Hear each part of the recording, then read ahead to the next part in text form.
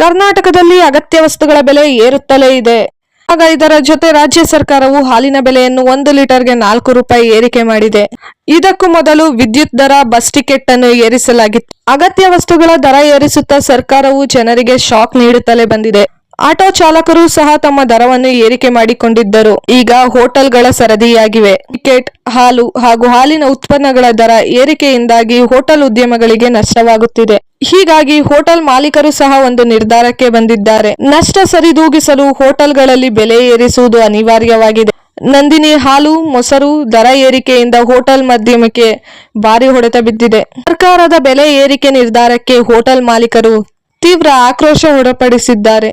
ಇದರ ಜೊತೆ ಹೋಟೆಲ್ ಮಾಲೀಕರು ಸಹ ಟೀ, ಕಾಫಿ, ತಿಂಡಿ, ಊಟ ಸೇರಿದಂತೆ ಮೊದಲಾದವುಗಳ ಮೇಲೆ ಬೆಲೆ ಏರಿಸಲಾಗಿದೆ.